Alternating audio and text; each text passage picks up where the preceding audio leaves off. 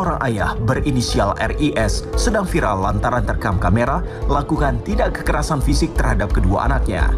Seketika hujatan menghujam RIS dipojokkan sebagai ayah yang tak punya hati, tega kasari darah dagingnya. Adalah sang ibu berinisial KE yang ungkap tindak kekerasan yang diderita buah hatinya yang terjadi pada 2019 silam. Diungkap sang terduga pelaku KDRT itu terjadi lantaran dirinya sedang hadapi tekanan pekerjaan, namun termakan hasut sang istri lantaran tak menegur buah hati yang bukannya belajar online, melainkan bermain game online. Pun persoalan salah satu anaknya yang dipindah sekolah oleh sang ayah ke sekolah negeri tak disetujui sang ibu yang ingin anaknya di sekolah swasta. Disinilah sang buah hati jadi tempat pelampiasan segala tekanan pekerjaan sang ayah.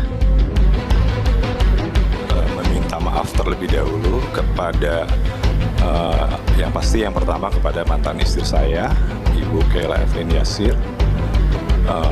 Kemudian yang kedua kepada anak-anak saya yang ada di video.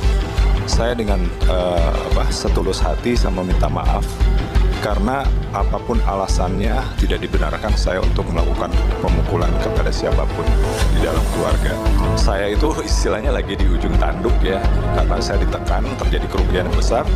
Tiba-tiba selesai meeting ada teriakan dari luar, "Dad," dan mungkin nanti bisa didengar lagi kalau diulangnya di videonya, "Dad, ini anaknya kok main game dibiarkan katanya, bukannya sekolah online." Ya, dia bilang. Saya refleks dong, loh ada apa ini di luar? Saya buka pintu keluar, ibunya langsung memprovokasi saya untuk memarahi anaknya. Ya, kok dia main game online malahan menghabiskan biaya ya, kayak misalnya menggunakan GoPay milik ibunya dan lain-lain. Kok dibiarkan katanya? Terus dia bilang dimarahin dong. Nah, saya tidak sadar bahwa saat itu dia sudah mempersiapkan video untuk merekam, ya. Kemudian akhirnya terjadilah apa yang di video dan teman-teman semua sudah lihat. Sekali lagi saya minta maaf. Tidak seharusnya dan tidak sepantasnya saya melakukan hal itu, ya. Karena apapun alasannya saya dalam tekanan pekerjaan itu bukan alasan yang kuat. Tekanan dari kerjaan, dilimpahkannya di rumah, banyak hal. Pihak ibu tidak setuju. Kenapa? Itu bukan sekolah favorit, ya. Karena mereka berharap bisa masuk ke yang negeri pun favorit. Tapi secara akademis tidak masuk, akhirnya zonasi ya tidak ada punya pilihan kan. Saya sempat semacam berdebat dengan ibunya gitu loh.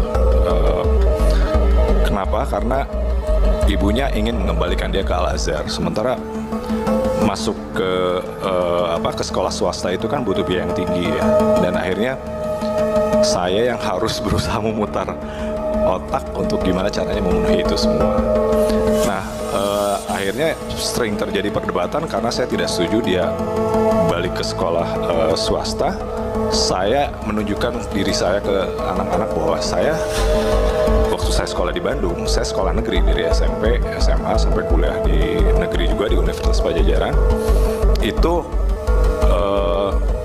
membuat saya memiliki mental yang kuat dalam menghadapi hidup ya. Karena kalau bukan saya mendiskreditkan, tapi begitu kan dari berbagai unsur ada ya di sana. Jadi kita bergaul dengan semua golongan gitu.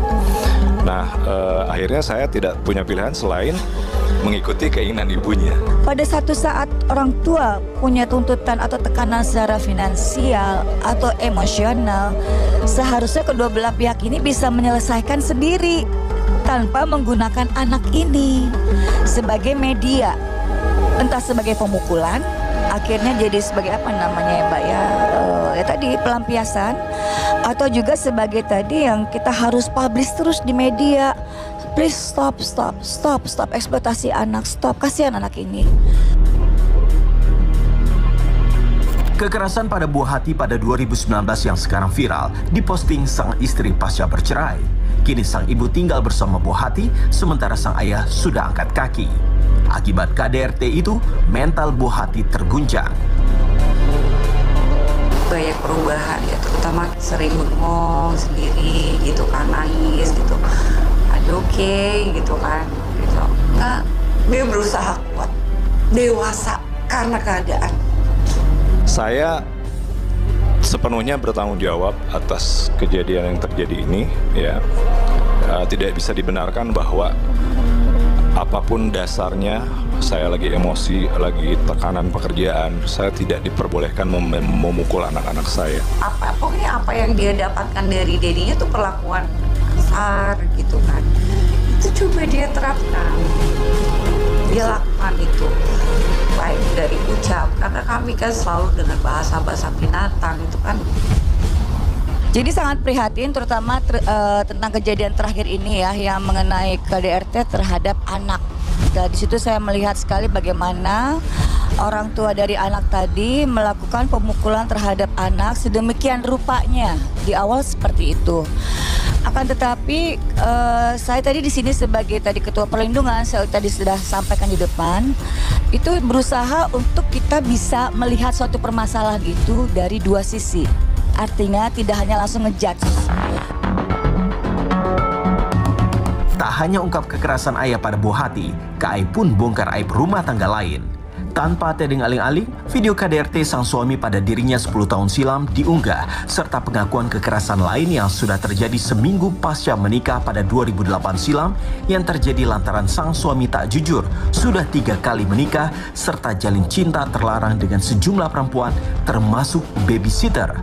Kini persoalan kian membias dengan pengakuan RIS yang ikut bongkar masalah rumah tangga lain seperti tuntutan sang istri untuk bayar cicilan mobil miliknya mengganti mobil baru. Jadi itu sih kekerasannya tuh dari awal ya, setelah kami menikah juga 1 minggu setelah kami menikah pun kekerasan itu sudah ada gitu.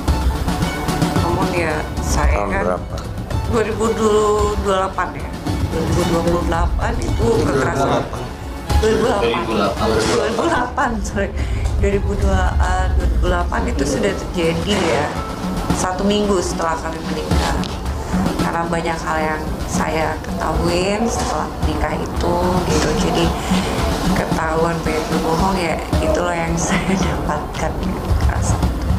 Cuman setelah adanya anak gitu kan, itu tidak berubah sampai anak sudah 3, semakin parah.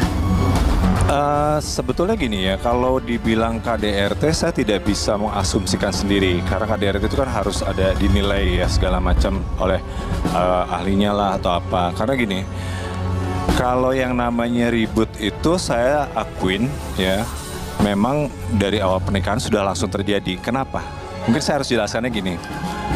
Saya bertemu dengan mantan istri saya itu tidak lama kemudian, hanya dalam waktu yang singkat ya, 2 bulan itu langsung menikah. Ya, jadi kita sama-sama tidak terlalu mengenal latar belakang. Jadi wajar kalau misalnya begitu menikah itu masih banyak hal yang kita sama-sama tidak saling mengetahui latar belakang dan terjadilah keributan. Nah, yang paling utama itu yang saya kaget ya, kenapa?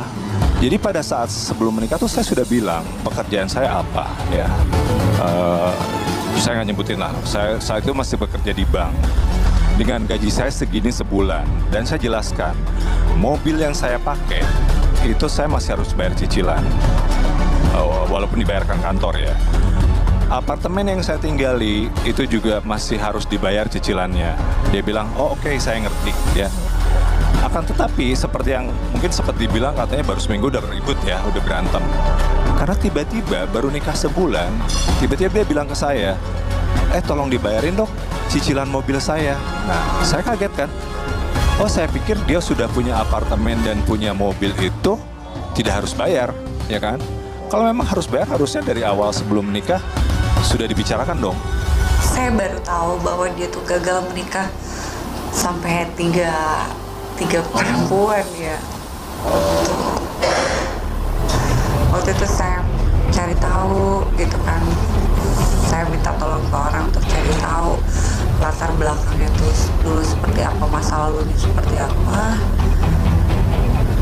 Ya itu saya pertanyakan baik-baik gitu kan, ternyata beliau juga sudah memiliki anak sebelum ke saya itu, 3 orang anak dengan